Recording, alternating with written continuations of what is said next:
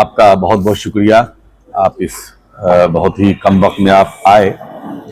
आज हमारे साथ पार्टी के मुख्य प्रवक्ता जनाब शक्ति यादव जी और पार्टी के प्रवक्ता हमारे एजाज अहमद साहब, अरुण यादव जी जो हमारे प्रवक्ता हैं, ये हमारे प्रवक्ता आरजू खान साहब हैं, मधु मंजरी जी हैं।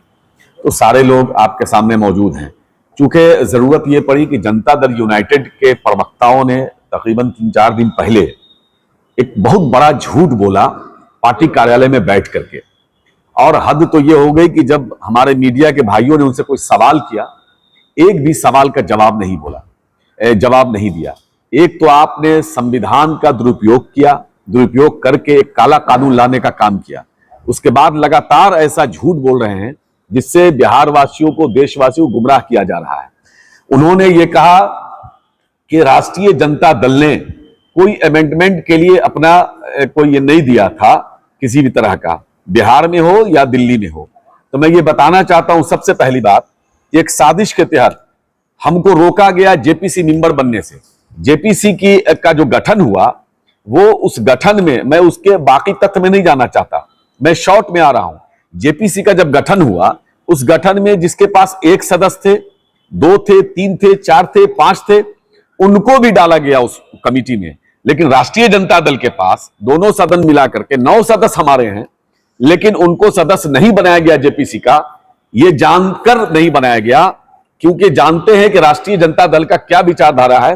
राष्ट्रीय जनता दल अगर जेपीसी में रहता तो शायद इस बिल को किसी भी हाल में पास नहीं होने देता, और जेपीसी के मेंबर की हैसियत से पुरजोर तरीके से हम इस बात को रखते। लेकिन फिर भी हमारी पार्टी ने दिल्ली में हमारे राज्यसभा सांसद मनोज झा जेपीसी की कमेटी में जाकर के वहां शामिल हुए, और शामिल हो करके उन्होंने अपनी बातों को बहुत मजबूती से रखा।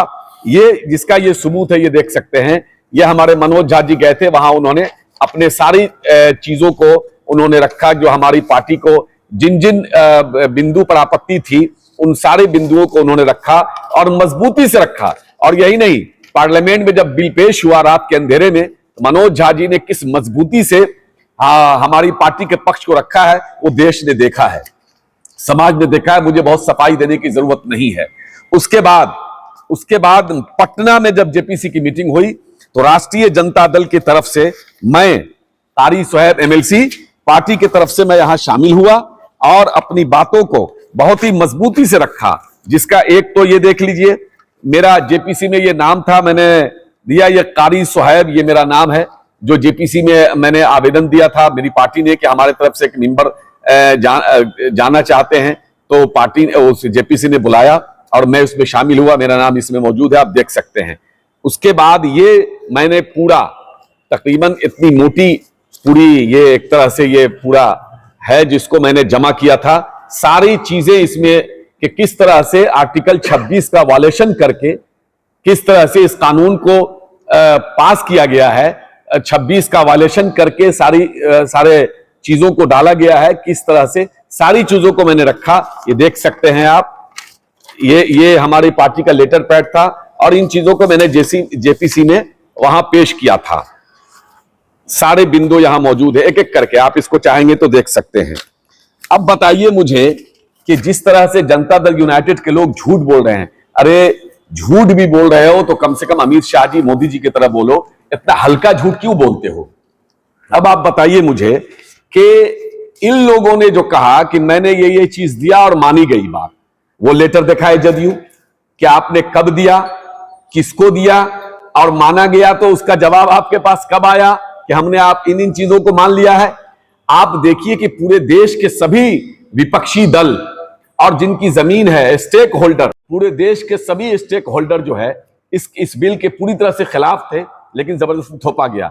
मैं जेपीसी में की मीटिंग में मौजूद था, मैंने अपनी बातों को जोरदार तरीके से रखा। यही नहीं, जेपीसी की मीटिंग में जाने से पहले हमारे नेता तेजस्वी यादव जी ने मुझे 3 बार फोन किया कि पार्टी के पक्ष को मजबूती से रखिएगा, और मैंने रखा। आप जाके पूछ सकते हैं सभी सदस्य से वहां। बल्कि उस जेपीसी की मीटिंग में जदयू का कोई नुमाइंदा, जेपीसी के जो मेंबर हैं वो भी वहां मौजूद नहीं थे, जदयू का कोई नहीं मौजूद था, जो मेंबर है वो भी भागे हुए थे। और ये लोग बात कर रहे हैं लंबी लंबी। मैंने अपनी बातों को मजबूती से रखा, बल्कि आप पता कर सकते हैं उस मीटिंग में जितने भी लोग थे उसमें सबसे ज्यादा मजबूत पक्ष राष्ट्रीय जनता दल ने रखा, और यही वजह है कि काफी हंगामा भी हो गया था। कई माननीय सदस्य खड़े होकर के हमारे राष्ट्रीय जनता दल के पक्ष में खड़े भी हुए और काफी हंगामा हुआ। वहां मीडिया के लोग या जो भी लोग बाहर रहे होंगे उनको पता है, और फिर बाहर निकल करके मैंने मीडिया को भी बयान दिया था।